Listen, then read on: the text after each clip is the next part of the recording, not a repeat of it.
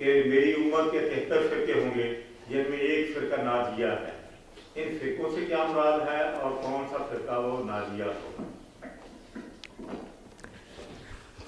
Doctor رنگا صاحب نے بہت اچھی بات کی طرف توجہ دلائی. یہ روایت مشہور ہے اور تقریباً ہر مولوی کی زبان پر ہے اور سمجھیں اصل اسلحہ جنگ یہی ہے. مسلمانوں کو لڑانے کے لیے یہی کام دیتی ہے کہ 73 فرقے ہوں گے، 72 تو دوزخ میں جائیں گے، ایک جنت میں جائے گا. اب ہر شخص کا دعویٰ ہے کہ وہ ایک میں ہی ہوں، باقی سارے جہنمی ہیں. تو پھر صلح کیسے ہو سکتی ہے؟ یہ لوگ آرام سے کیسے رہ سکتے ہیں؟ پہلے تو سمجھنے کی بات یہ ہے کہ اگر اتنی یہ ویلڈ ہوتی، مضبوط ہوتی روایت کہ اللہ کے رسول نے فرمائی ہوتی، اس کے بیان کرنے والے پکے ہوتے، تو جو چوٹی کی کتابیں درجہ اول کی صحیح بخاری یا صحیح مسلم ہے، موطا امام مالک، ان میں جگہ پاتی، کسی نے نہیں لکھا اس کو. اس کے نیچے کی کتابوں میں آ گئی، اور جو بھی ان کے بیان کرنے والے وہ اتنے ثقہ اور معتبر نہیں ثابت ہوئے. اسی لیے امام ابن حزم رحمۃ اللہ علیہ فصل میں لکھتے ہیں، علامہ مجد الدین سفر الساعات میں لکھتے ہیں کہ یہ سب موضوع اور باطل ہیں، من گھڑت باتیں ہیں، اللہ کے رسول نے کوئی نہیں کہی. اور اگر ماننا جائے تھوڑا بہت تو اتنا ہے کہ گروہ بنیں گے، بس آگے جو ہے نا سب دوزخ میں، سوائے کہ یہ ساری چیزیں فضول ہیں. اس پر پورا ایک مقالہ رسالہ البینات میں کراچی میں شائع، انہوں نے پوری تفصیل سے لکھا کہ زیادہ سے زیادہ گروہ بنیں، کوئی بات نہیں. آخر لوگ سوچنے سمجھنے والے ہیں، گروہ بن جانا کوئی ایسی بات نہیں.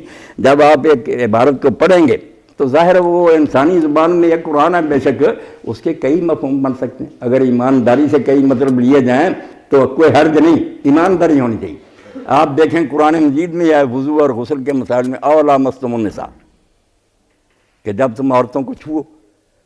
اب امام شافعی رحمۃ اللہ علیہ اس کو بالکل لٹرلی لینے لگے، لفظی معنی کہ چھوا، وضو کیا ہے، بالغ عورت کو آپ نے چھو لیا، بے شک وہ کوئی ہے، کوئی خیال نہیں، آپ نے چھو لیا، ہاتھ لگ گیا، وہ کہتے ہیں وضو کیا، لفظ یہی کہتا.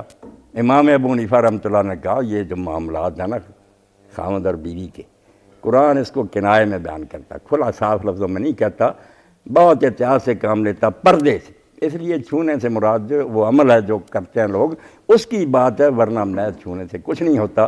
اور اس کے لیے دلیل انہوں نے دی کہ رسول کریم علیہ السلام تہجد پڑھتے تھے، حجرہ مبارکہ میں چراغ نہیں تھے، جگہ تنگ تھی. ام المؤمنین عائشہ رضی اللہ عنہا فرماتی میں کئی مرتبہ سامنے آپ کے لیٹی ہوتی تھی، آپ سجدے میں جاتے وقت میرے پاؤں جو پھیلے ہوتے تھے اس طرح اپنے ہاتھ سے ٹھوکر لگا دیتے تھے، میں ان کو سمیٹ لیتی تھی.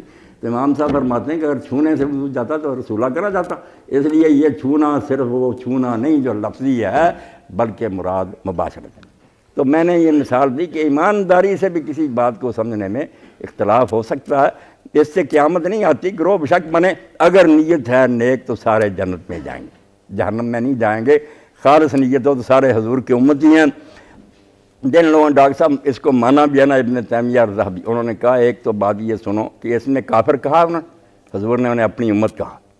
اس لیے جو کہتا ہے 72 کو کہ یہ کافر ہے، پہلے تو وہ اجماع کا، رسول کا، قرآن کا دشمن ہے. حضور امت کہہ رہے ہیں، تم کافر کہتے ہو. دوسری بات کہ دوزخ میں جائیں گے تو یہ کہا کہ ہمیشہ رہیں گے.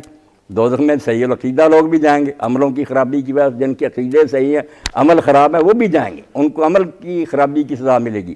جن کے عقیدے غلط ہیں جان بوجھ کے انہوں نے غلط اختیار کی وہ بھی جائیں گے. مگر مخلد فی النار نہیں کہا کہ دوزخ میں ہی رہیں گے نکل آئیں گے، بلکہ حدیث پاک میں آتا ہے کہ جو وہاں بالکل خالص بد پرست اور کافر ہیں وہ تانا دیں گے ایسے مسلمانوں کو جن کے پاس نیک عمل نہیں رہ گیا، عقیدہ صحیح تھا.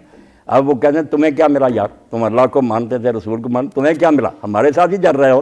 تو اللہ کی غیرت جوش میں آئی کہے گی کہ مجھ پر ایمان لانے والوں کو تم اپنے برابر سمجھو، جاؤ اب تم رہو گے جہنم میں، ان کو میں موحدین کو سب کو نکال لیتا ہوں، آخر انجام ان کا جنت ہوگا. اس لیے یہ 72 کے 72 ہی فکر نہ کریں، آخر جنتی ہے، کوئی دوزخی نہیں، مسلمان ہے، کلمہ گو ہے، بھائی ہے.